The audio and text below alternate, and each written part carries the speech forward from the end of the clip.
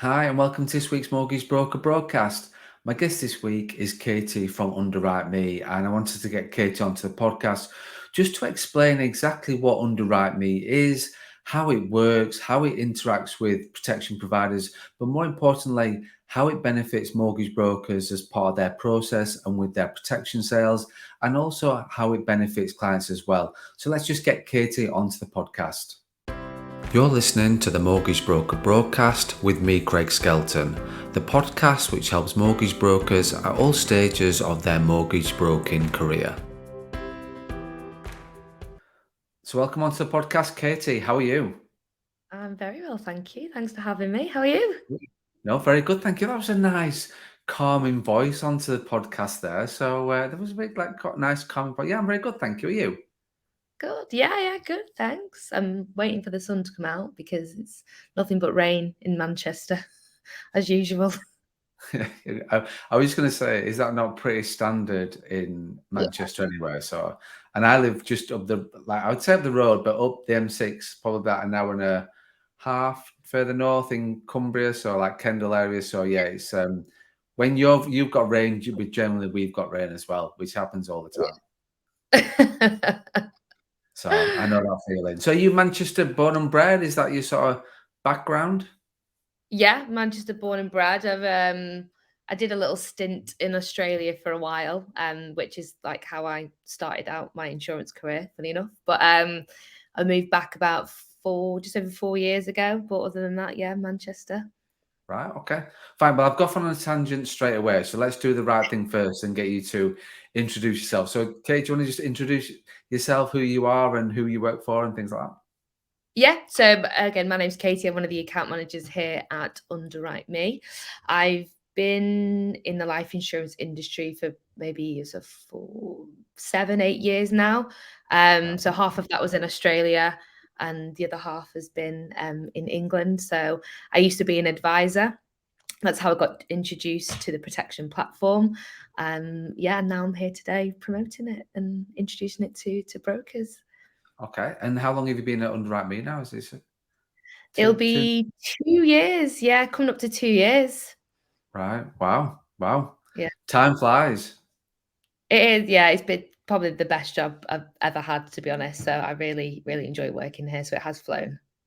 Good. No, and that's good. Like I said, I wanted to get onto the podcast to have a chat about. It's been quite some time in the making, getting somebody, somebody from Underwrite Me anyway onto the podcast, but we won't go into that. But yeah, just um, yeah, but it was just good to get you onto. I wanted to get you onto the podcast just to have a get to know you a little bit more, but obviously understand where Underwrite Me sits in the marketplace, how it benefits brokers, how it makes their life easier, like costs and that, like all things like that in terms of yeah, and just it'd be good to get on, it was just good to get onto the podcast. And so first, your background is protection sales. Is that sort of how you got into yeah, Yeah, so in Australia, I work for a direct provider over there, so I just sold my product. So when I right, came over to England, it was a bit of a new world for me. I was like, all these different insurers and all these different underwriting. And then, I luckily I had the protection platform straight away to help me with that. So for me, I massively saw the benefit from it straight away, especially being new-ish into the English market. So yeah, that's how I know it, and how I end up working for them. So I yeah. think it helps if you've you've been advisor on protection, selling protection. Some people will say we don't sell protection, but I get what you're saying. I think like if you've been firsthand, have actually been the front end dealing with clients and dealing with the process and the whole thing with regards to protection sales. I think that will have a massive benefit in terms of when you're Yeah. looking at something like, which we're going to get on to talk about, it would just have a massive benefit. I'm guessing from that point of view.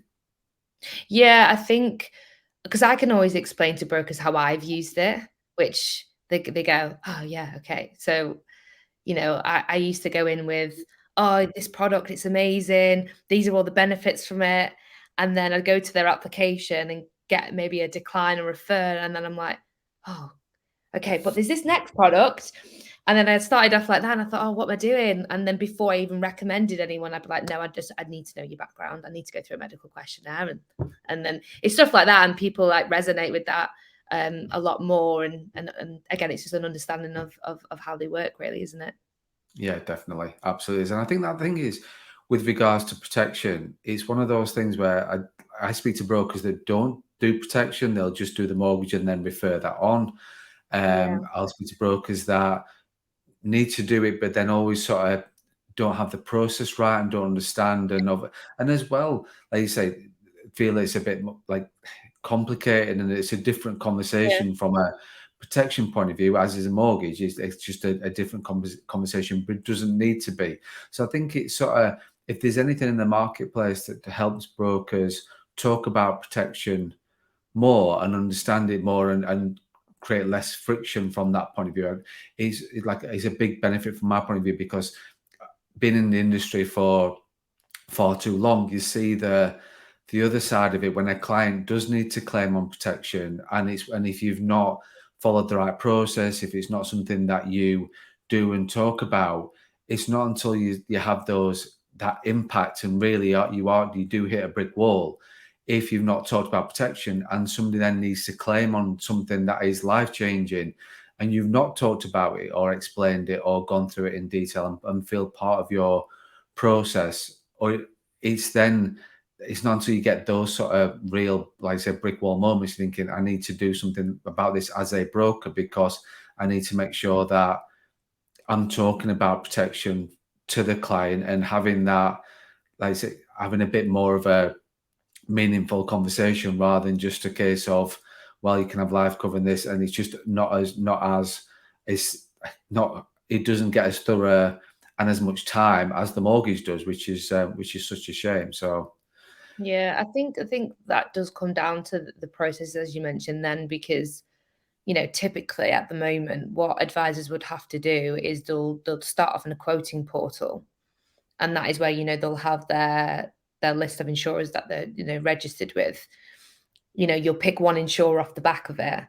You go direct to the provider. You complete their online application, and if you get a decline and refer, you'll have to go back to square one again, and it's another application. And if you get the same result, or the other way you could do it is if you start ringing around a number of different insurers and you could be on hold for 20 minutes. It's each provider, and some advisors have 10 or more insurers on their panel to be able to get their life insurance for their clients. So that might be a bit daunting, for advisors, and thinking, oh God, I'm gonna have to ring around. So it might be processes, and everyone's always trying to look at making things efficient in their process and trying to deliver better outcomes for clients. And it's trying to find that balance, isn't it, when you have that many insurers to choose from. absolutely, and especially if you're a new broker starting out, which there are quite a lot of new brokers that have joined the industry, is Mhm. then they're struggling with the mortgage side of things, never mind the protection side of Yeah. things as well. And I think that can cause quite a few issues. So do you want to just explain? Because obviously we've done a bit of build up there. That was quite a good Yeah. sort of into the whole thing. So do you want to explain what Underwrite Me is first of all? Yeah, so there's two probably sides to the business, really. There's on the insurer side of things, we provide technical solutions to help automate underwriting processes on the insurer side of things. But we also have a platform for advisors where they're able to quote, compare, and also process fully underwritten products on the personal protection side of things. So an advisor can even apply to multiple providers under one application as well, which is great. Absolutely. And so in terms of like, from a process point of view, like just so I'm sort of clear. So I'm an advisor. I'm sat down. I'm gone through the fact find with my client, and I'm at that point now where I'm thinking I understand what I would call the shortfalls are. I understand what their needs are, what their budget is. How does sort of Underwrite Me sit in that part of the process? So how I used to use the platform is, if I had my if I had my client on the phone, I would have the protection platform open. So the health questionnaire is on our system. So we don't redirect you to any other portal. You do actually complete the full application through us. So once you've actually completed the application, you are able to see which insurers would accept, which would refer, and which would decline. You're able to see exclusions of the policies, if it's rated, why it's declined, what medical evidence the provider needs as well. So you do Right. have that visibility on the platform. Okay. So basically what I'm doing is I'm filling in the medical questionnaire once with that client, and then I'm getting a picture of who's going to look to accept it, who may like. Yeah. Is that like a definite yes at that point, or is it a case of you still have to go through the provider, or is it a case of, yeah, this is based on what the questions they've answered, that's going to go through as an accept or a refer or a rated or something like that? So it would tell you if you can buy it there and then today and put it on risk. It would tell you if it's referred. Right. So if it's there and then buy now, you can put that policy in place there, and then that's fully underwritten. You can put that in place today. If it's Right. referred, that will always be subject to the underwriter. Again, that if it's referred, it might need a GP report, a medical report, you name it. That information would be on our platform. So On once you platform. process it through us, it will then go through to the provider, and then their normal process, for GP reports or medical reports, that would still be the same, basically. Okay. But basically, I'm on your platform. I'm just doing one thing with one platform, and that's sort of what. There's a lot of work, obviously, behind the scenes that's going on. But from my understanding point of view, is like I'm just sat on what platform, understanding who's going to accept it, who's not, whether, and then looking at, okay, like say, if it is rated and everybody's rated, then it's a rated case. Is then everything in the background happens as normal. So if I'm thinking like, right, I use a provider, thinking about I'm going to go down that route and it's rated, I know it's going to get rated anyway. I might just Mm. submit it, and then everything else in the background, you deal with the interaction between the platform and the provider. Is that how it works? I'm just trying to understand from a broker's point of view what interaction Yeah. I have with the provider, or is that all taken away with using Underwrite Me? So I think the best way to probably explain it, it's more this side of the protection process that we focus on. So we want to cut down them pre-sales calls, cut down that duplication of application. Right. Once your policy feeds through, if it's referred, for example, how you would check in on that case is that you would go back to the provider and you'd see on your Oh, dashboard the status of that. So it's not necessarily the interaction that we want to cut down with the insurer that needs fixing. It's more of the duplication. It's the multiple pre-sales calls. It's more that side that we want to help with. right. Okay. So it's more of the, like I say, the front. So I'm not going to go to Aviva and then get a decline, and then go to L&G and get a decline. I'm literally just going, putting it in once, understanding fully. So in terms of the data and the criteria and things like that, I'm guessing you're just dealing with the insurer to understand, like, based on the questions, because the thing is, some providers, so some providers have very different questions if you answer Yeah. yes to certain things and drop down. So how does that work? So it's one universal application across all products and providers. And just to clarify, we do have 9 insurers on there. So there's a couple of big ones missing, just to get that out there. So we always say this system complements, your current process more than anything. It's not here to take away. So yeah, one universal application across all products and providers. And the conversations that I've had recently as well, what that does, it helps advisors the back and forth with the client. So it can be quite frustrating when you go to one provider, it asks one set of questions and they decline, and then you have to go to another insurer, they ask it slightly differently. Oh, you have to ring back your client, and this needs to that. This question is slightly different, but I just need to ask you because it's on their application.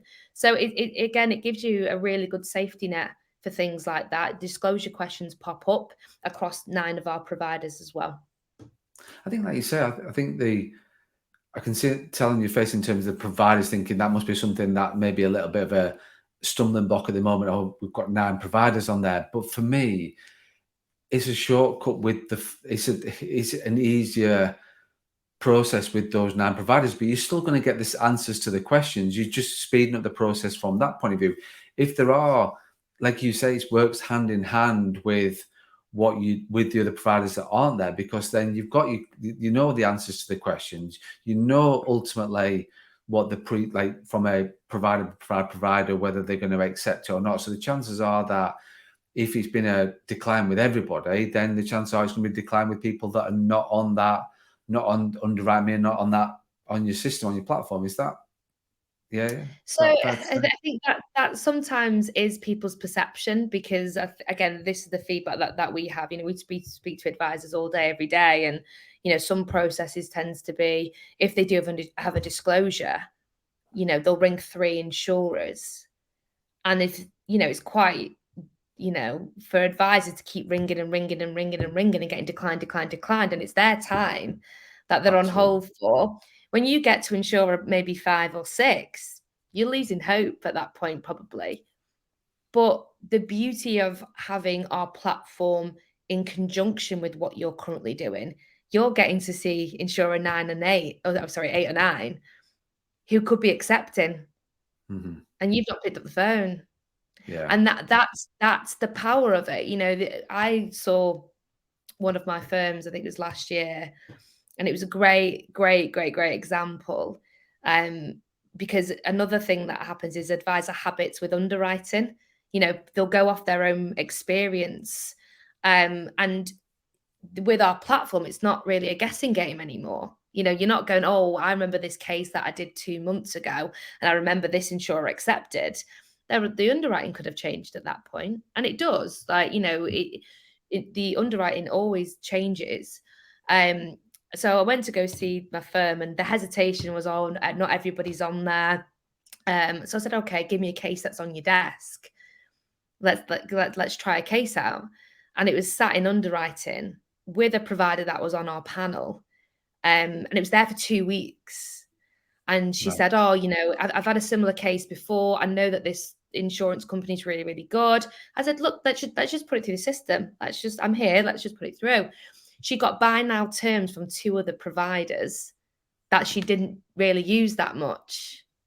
And I had the MD in the room, and he was like, okay.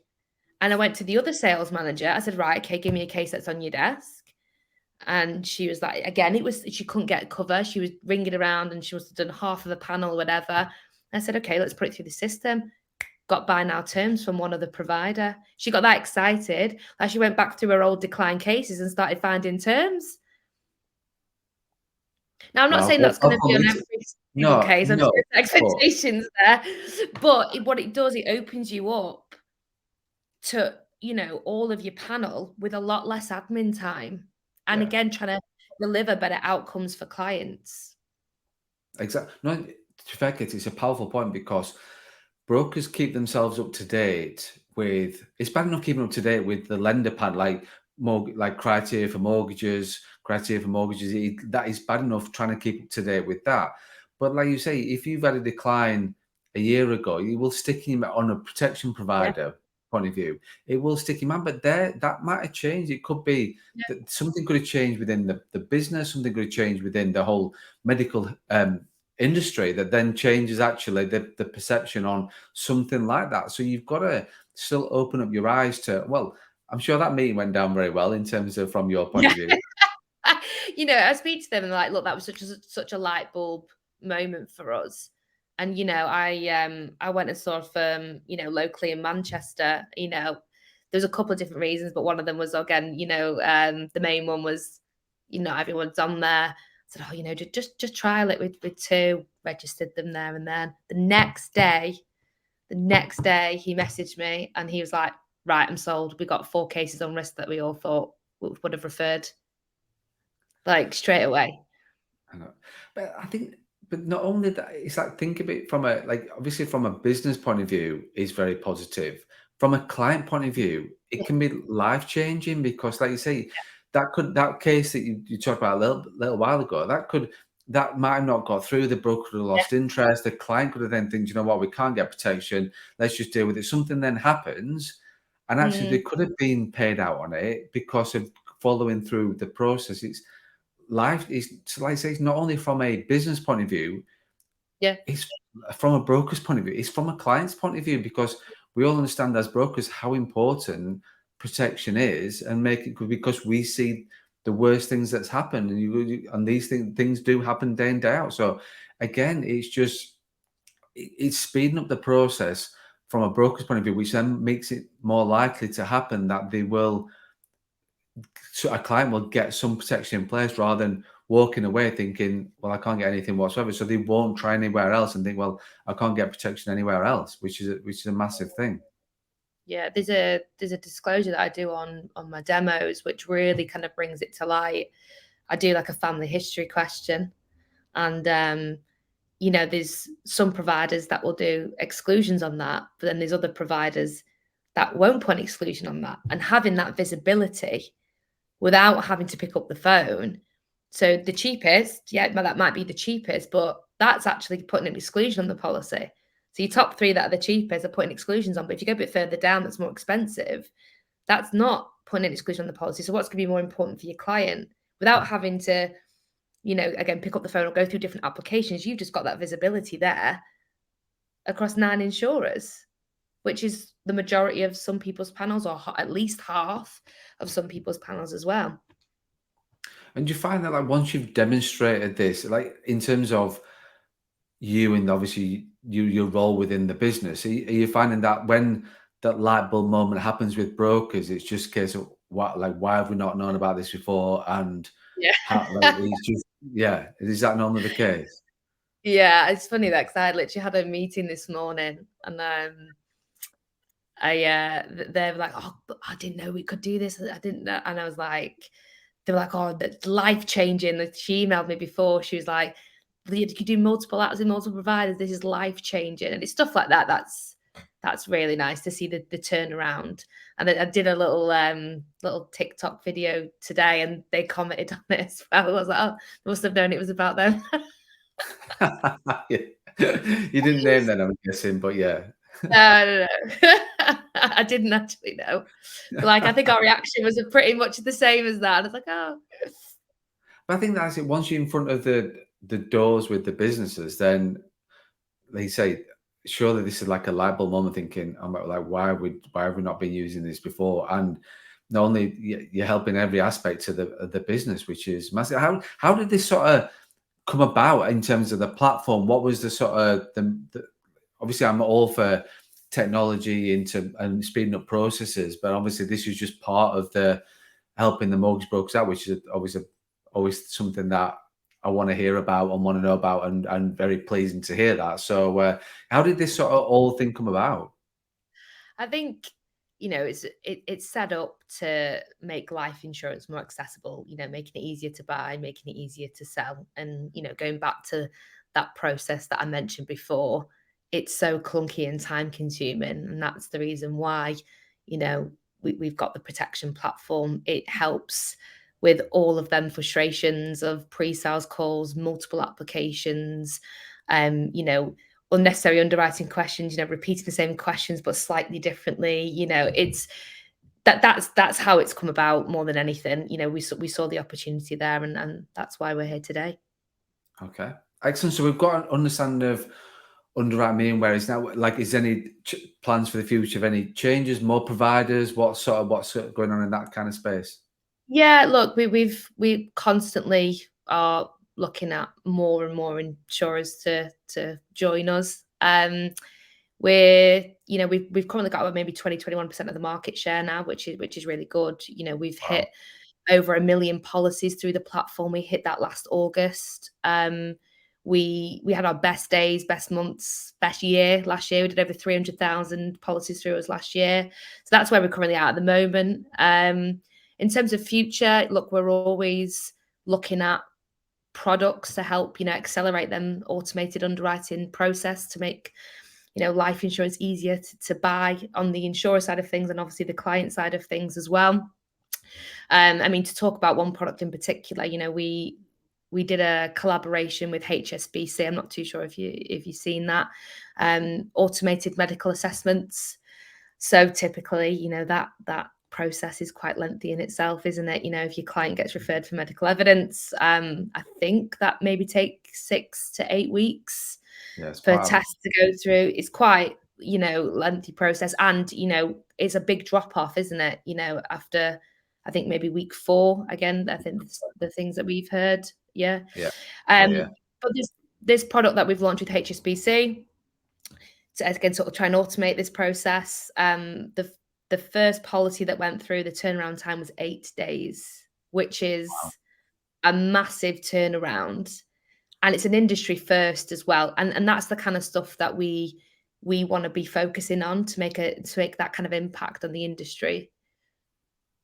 Absolutely. That's like a massive difference in terms Yeah. of timescale. Yeah. That's huge. Like I say, and in terms of the fall off as well, that obviously that's Yeah. not likely to happen given the timescales that you're working on the sort of thing there. So if I'm a It would broker have sat here been right now, go on, sorry.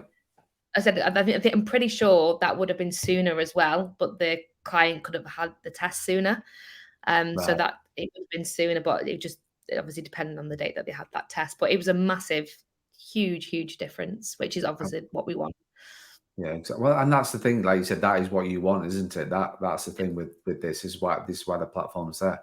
So I'm thinking, as a broker, I'm sat listening to podcast thinking, I want to I understand the benefits of it because obviously everything's in one place, speeding up the process, more likely to get policies on risk, more likely to get policies on risk quicker. Is there any cost from a broker point of view when using the platform? Nope, it's completely free. Okay. Wow. Wow. I was like, So it's too what? good to be true. It's like, no, no, no, it's free. Yeah. Okay. And so wow. So that's sort of put that sort of thing out there in terms of we understand that we normally go benefits and then cost, but obviously there's no cost from that point of view. So I'm a broker then, right? So cost gone. I'm a broker sat here thinking, right, I want to understand more. I want to look at the platform. What's the best thing? Reach out to you and do demos and stuff like that. Is that how it works, Katie? So we do demos every day at 12 p.m. and it's for 30 minutes. So if you go Right. on to underwriteme.co.uk and go to on the advisor side of things, you're able to book onto a quick 30-minute demo. We've got account Okay. managers all over the UK, add us all on LinkedIn. We're all quite active on there, and we'll update you on events that we're going to or feedback from firms. Or if it's me, I try and do little quirky TikTok videos, try and bring a bit of humor into things. But yeah, look, add us all on LinkedIn and we'll update you as much as we can on the protection platform side of things. I think that's it. Like you say, from an easy point of view, and we'll tag in I'll get the link to put into the podcast, and obviously tag you anyway into the post for the podcast. But I think from a broker's point of view, half an hour at 12 o'clock, I can just sit there and look at what sort of how the platform works and how it's going to benefit me. Then great time, and if it's there, you're doing those every single day. Literally, just gets Monday to like a Friday. repeat. Yeah, yeah, Okay. yeah. So, well, there's no reason why that's even less friction from a broker's point of view. There's no reason why they can't watch one of those. So, Katie, I now understand Underwrite Me a lot more. I understand the benefits from the broker's point of view and from a client's point of view. I understand the benefit from a cost point of view as well. Is there anything that we've not talked about that you wanted to talk about on the podcast? No, I think that pretty much covers everything, and if anyone has any questions, you can always ask them on the demo or again reach out to one of us. It's completely free. So if you're on the website anyway, get registered. There's two avenues that you can go down. If you know your agency codes, that's how you get registered. If you can provide them, you can literally get your logins within 2 days. There is an option for us to collect them as well, and that can take up to 2 weeks. But if you're on the website, get registered as well. And hopefully, once you've had a demo, you can get up and running and using the platform. Excellent. Brilliant. Katie, thank you so much for your time. Thanks for coming to the podcast and exploring more and explaining more about Underwrite Me. And hopefully we'll see few more TikToks videos of you surprising brokers and firms out there, particularly in the Northwest. Yes. Which is good. Thank you so much for your time. No, thank you very much. Thank you for listening to the Mortgage Broker Broadcast, the podcast which helps mortgage brokers at all stages of their mortgage broking career. If you have any questions about this podcast or any topics you want us to discuss, or if you're interested in working with me further, then please get in touch.